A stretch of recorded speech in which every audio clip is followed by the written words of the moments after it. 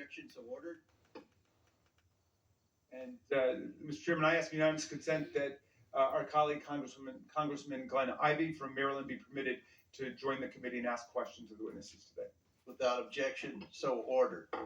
I now recognize myself for the purpose of making an opening statement. Since assuming our Republican majority in January, the House Oversight and Accountability Committee has uncovered a mountain of evidence revealing how Joe Biden abused his public office for his family's financial gain.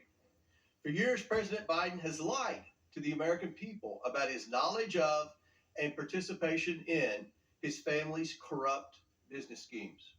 At least 10 times, Joe Biden lied to the American people that he never spoke to his family about their business dealings. He lied by telling the American people that there was an absolute wall between his official government duties and his personal life. Let's be clear, there was no wall. The door was wide open to those who purchased what a business associate described as the Biden brand. Evidence reveals that then Vice President Joe Biden spoke, dined, and developed relationships with his family's foreign business targets. These business targets include foreign oligarchs who sent millions of dollars to his family. It also includes a Chinese national who wired $250,000 to his son.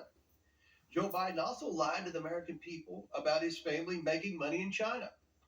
He continued to lie about it even when the House Oversight Committee uncovered bank wires, revealing how the Bidens received millions from Chinese companies with significant ties to Chinese intelligence and the Chinese Communist Party.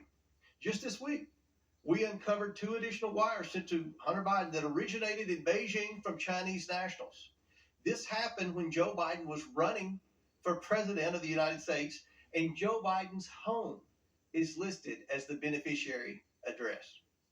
To date, the House Oversight Committee has uncovered how the Bidens and their associates created over 20 shell companies, most of which were created when Joe Biden was vice president, and raked in over $20 million between 2014 and 2019.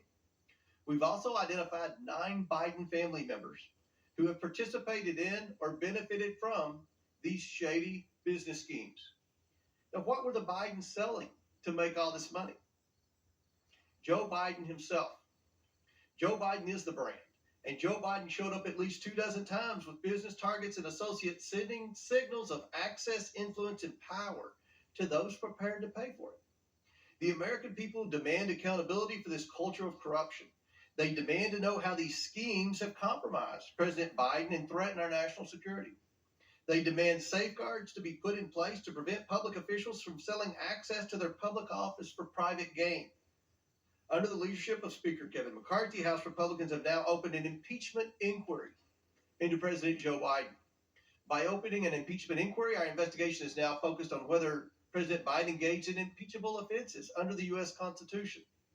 It empowers Congress, elected by the people, to continue providing the answers, transparency, and accountability that the American people demand and deserve.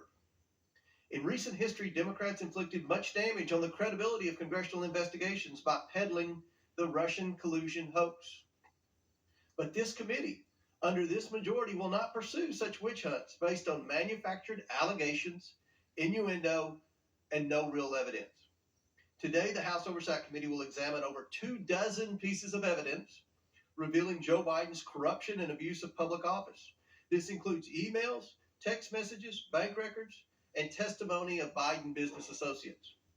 We will hear from legal and financial experts about this evidence and crimes that may have been committed as Joe Biden was sold around the world.